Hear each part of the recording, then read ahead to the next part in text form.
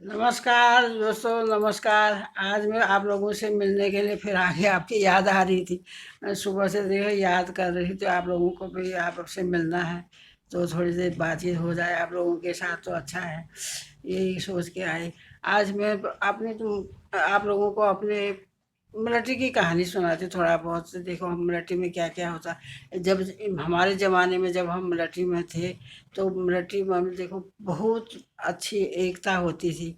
कोई भी कोई भी कहीं का भी रहने वाला हो, सब आपस में भाई भाई होते। सब प्रेम से रहते थे, कोई भी किसी का वो नहीं।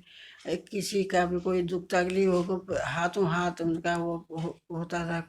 फायदा उठाते, कोई वो नहीं, भेदभाव नहीं होता। जैसे अपने घर परिवार के भाई लोग नहीं करते रहते हैं, ऐसे वैसे वो भाई लोग मिलिट्री वाले रहते हैं। केवल उनको छोटा बड़ा अपने ऑफिसर और जवान वही रैंक में होता है। और वैसा कोई भेदभाव नहीं, सब बराबर है, कोई कुछ नहीं। बहुत प्यार मोहब्बत से रहते थे। और एक बार मैं जोधपुर में थी। नहीं, जोधपुर में उधमपुर में थे। उधमपुर में किराए पर रहते थे।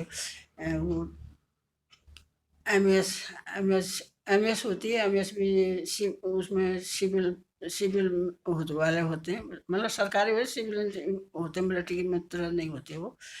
मिलिट्री का ही काम करते हैं, मिलिट्री का फर्नीचर बनाना, मिलिट्री का वो करना, बिजली सप्लाई करना मिलिट्री को, ये काम करते थे एमएस। तो एमएस वालों को भी सरकारी क्वार्टर मिले होते थे। तो वो सिविल टाइप के होते, तो उनको दो दो कमरे होते, तो एक कमरा वो लोग किराए पर लगा लेते थे। तो इसलिए उन लोगों के साथ वहाँ हमने भी किराए पर क्वार्टर लिया था। एक और था सिग्नल का, सिग्नल कंपनी का, उसने भी लिया था। अगल-बगल में हम लोग रहते थे।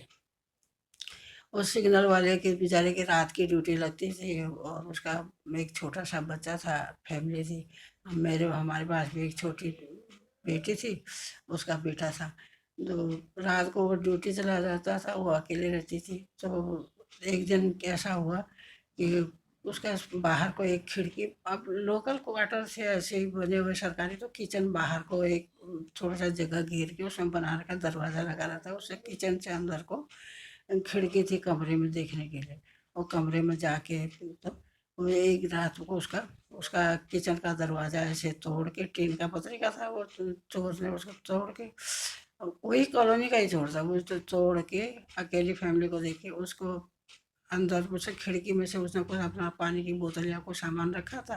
तो वो उसको उसने हाथ डाल के वहाँ से अंदर से बाहर कूदने के लिए किया। तो उसको उससे कुछ सामान गिर गया तो आवाज़ हुई। फिर उसकी आवाज़ से उसकी नींद खुल गई। नींद खुली तो वो चिल्लाई, बहुत जोर जोर से रोने लगी, चिल्लाई चिल्लाई चोर चोर चोर करके।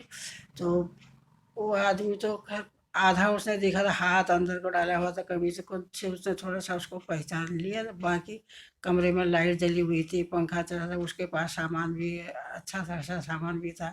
पता नहीं सामान के इरादे से गया था या कैश फैमिली से के इरादे से गया था वो।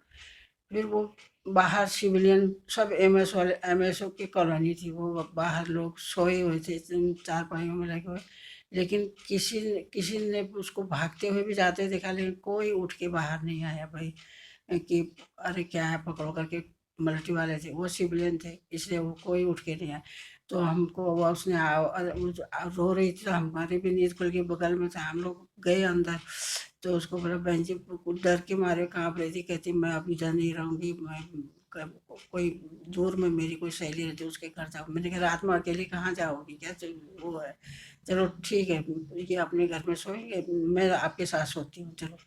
फिर मैं अपनी बेटी को लेके उसके कमरे में उसके साथ सो ली। फिर मैंने कहा जब सुबह हो जाएगा फिर मैं अपने घर चली जाऊँगी।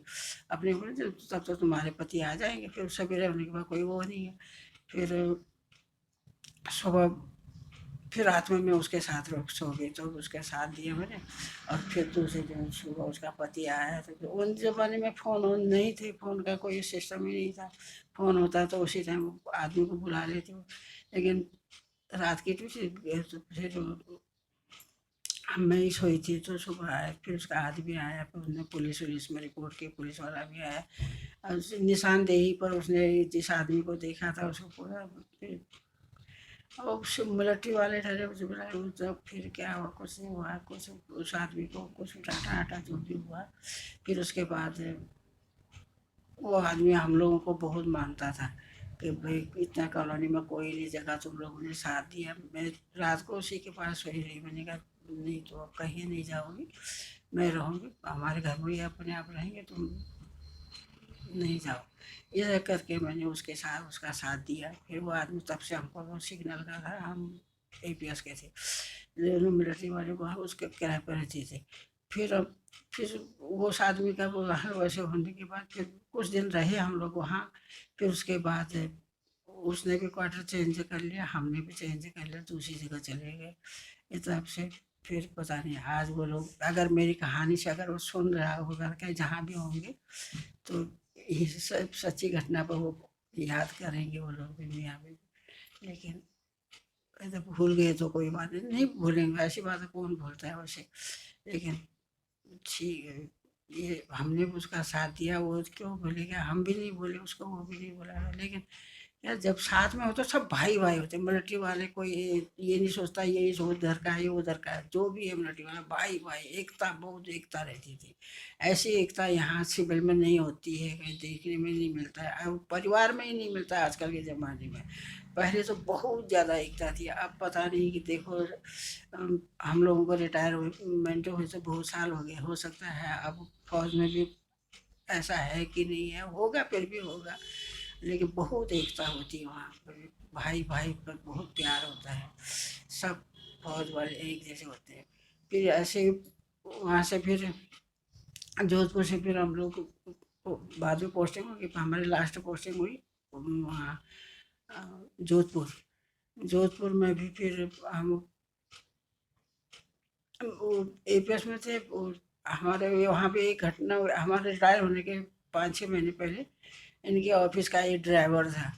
ड्राइवर साहब उसको कुछ ऐसी बीमारी हो गई थी, उसे पेट में कुछ बीमारी नहीं, हेरेनिया कहते क्या कहते, वही हो के फट गया था, वही जहर टाइप का फट गया। फटाफट डॉक्टरों ने उसका ऑपरेशन करके बदन का वो खून सुखा देता ताकि फिर नया खून हो। फिर उसका सब लोग लड़के वापस नए नए लड़के तैयार होके गए कि हम खून देंगे, हम खून देंगे करके। लेकिन जिसका मैच होगा वही देखा। फिर यार हमारे आदमी का फोन मैच हो गया था, हम लोग रिटायर होने वाले थे 6 महीने। और लड़के बोलते यार अब हम देने जब क्या जिसका मैच हुआ वही दिया। फिर उसको खून दिया, फिर वो आदमी सही हो गया था, ठीक हुआ। फिर वो भी हमको मानने लगा। जब हम लोग रिटायर होने होने वाले थे वहाँ से, वो भी आते बारी पहले हमको यही रात अपने घर में बुलाया था, खाना खिलाया था, फिर हमको विदाई दी थी। तो यही होता है कि आज वो कहाँ है, हम कहाँ हैं, फिर कहाँ मुलाकात होती है ज़िंदगी में, कभी भी दोबारा मिल ही नहीं पाते। पता नहीं वो कहाँ का था, अब मुझे याद नहीं है, होगा तो। यही कहानियाँ होती है फौज के अंदर, बहुत एकता होती है भैया। आज की कहानी में इतना ही सुनाती हूँ, कल फिर कोई नई कहानी लेके आऊँगी। नमस्कार।